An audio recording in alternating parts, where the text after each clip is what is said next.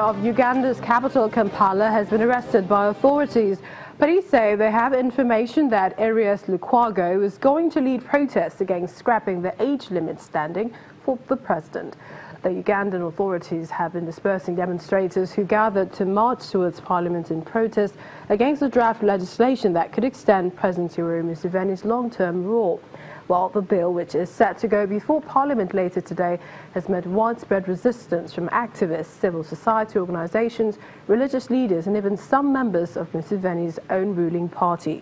73-year-old Museveni has already been in power for more than 3 decades and is ineligible to stand for re-election at polls in 2021, as Uganda's constitution set the ceiling for presidential candidates' age at 75 years.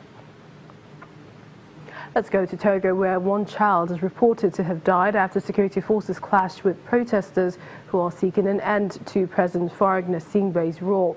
Tension is mounting over the president's tenure as thousands march nationwide against the recently announced government reforms, which they say will allow the Gnassingbé family dynasty run the West African country until 2030.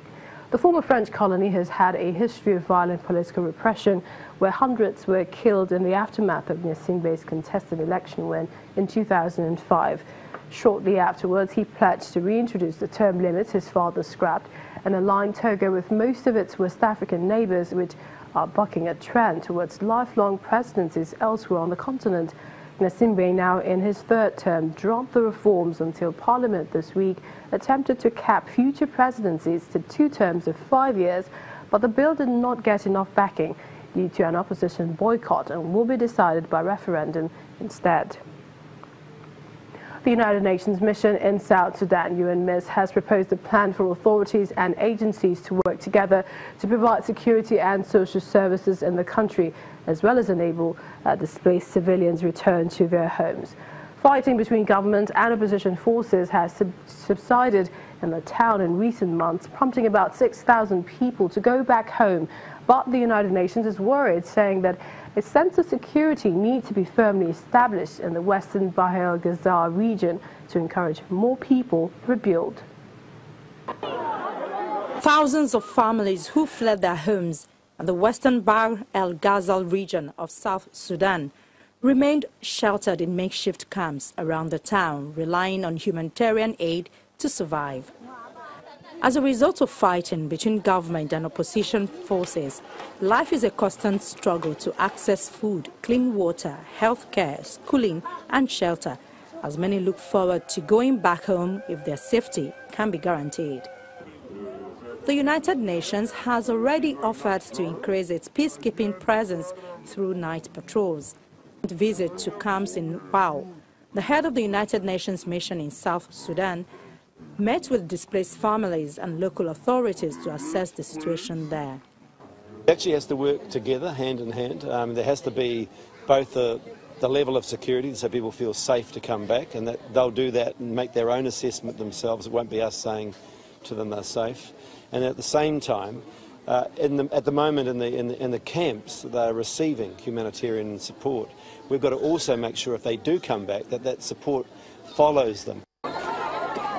A new proposed model to help civilians return home seeks to involve UN peacekeepers and humanitarian organizations working together with local authorities, police and national security to provide needed services. We need an enabling environment for security to prevail in the whole of Wau. And that enabling environment can only be guaranteed by the police and the state government. The bringing in of the military was meant to fight the rebellion. And of course right now, the level of rebellion, of course, has gone down. We have not seen rebel activities in the last 3 months around Wau. So there will be no more need for the military to be intensively deployed around the town, because that creates fear among civilians. A reduction in violence in the town recently has encouraged almost 6,000 to return to their homes. Well, as we end the program today, we take you to the Limpopo province of South Africa, where the ballet dance goes to the bush to raise awareness on rhino poaching.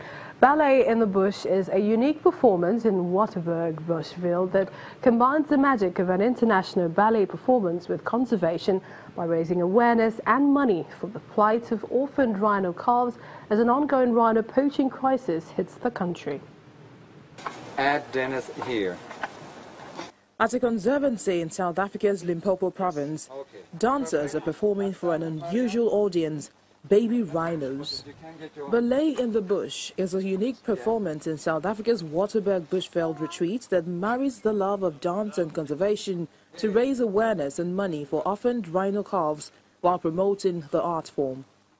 Started in 2015, the annual event has grown and attracted hundreds of supporters. It really is bringing these superstars that I have touring South Africa also to the bush and to the people of the bush, while we are creating awareness around the plight of the rhinos in South Africa and the plight of ballet and dance in South Africa and the need for both of them to be conserved and to be saved from extinction. Orphaned and injured baby rhinos have a temporary home before they are released back into the wild.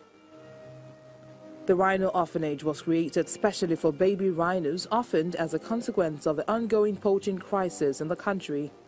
Rhino poaching in South Africa surged from 83 in 2008 to a record 1,215 in 2014 to meet demand in newly affluent Asian countries such as Vietnam, where their horns are prized as an ingredient in traditional medicines.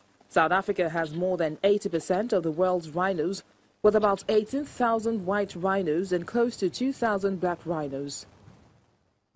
Authorities say they have countered poaching by increasing support and numbers of park rangers and handing out tougher jail sentences to poachers. We are in the middle of a war. We are about to lose a species. We are about to lose one of Africa's big five. Official statistics will tell you that rhino poaching is slowly coming down, but there's a reason for it. Because of the amount of rhinos that's already been poached, it's more difficult for the poachers to find rhinos to poach. So that is why there is this artificial decline in rhino poaching. We've lost thousands of animals in the last couple of years. This year we're almost at 1,000 already, but one thing people don't realize, the amount that's in the official statistic, you can double.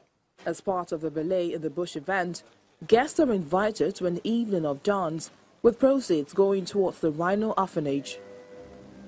A ticket costs about $15 US. This year's performance featured ballet dancers from all over the world, including Cuba, Russia, Mongolia, as well as South Africa.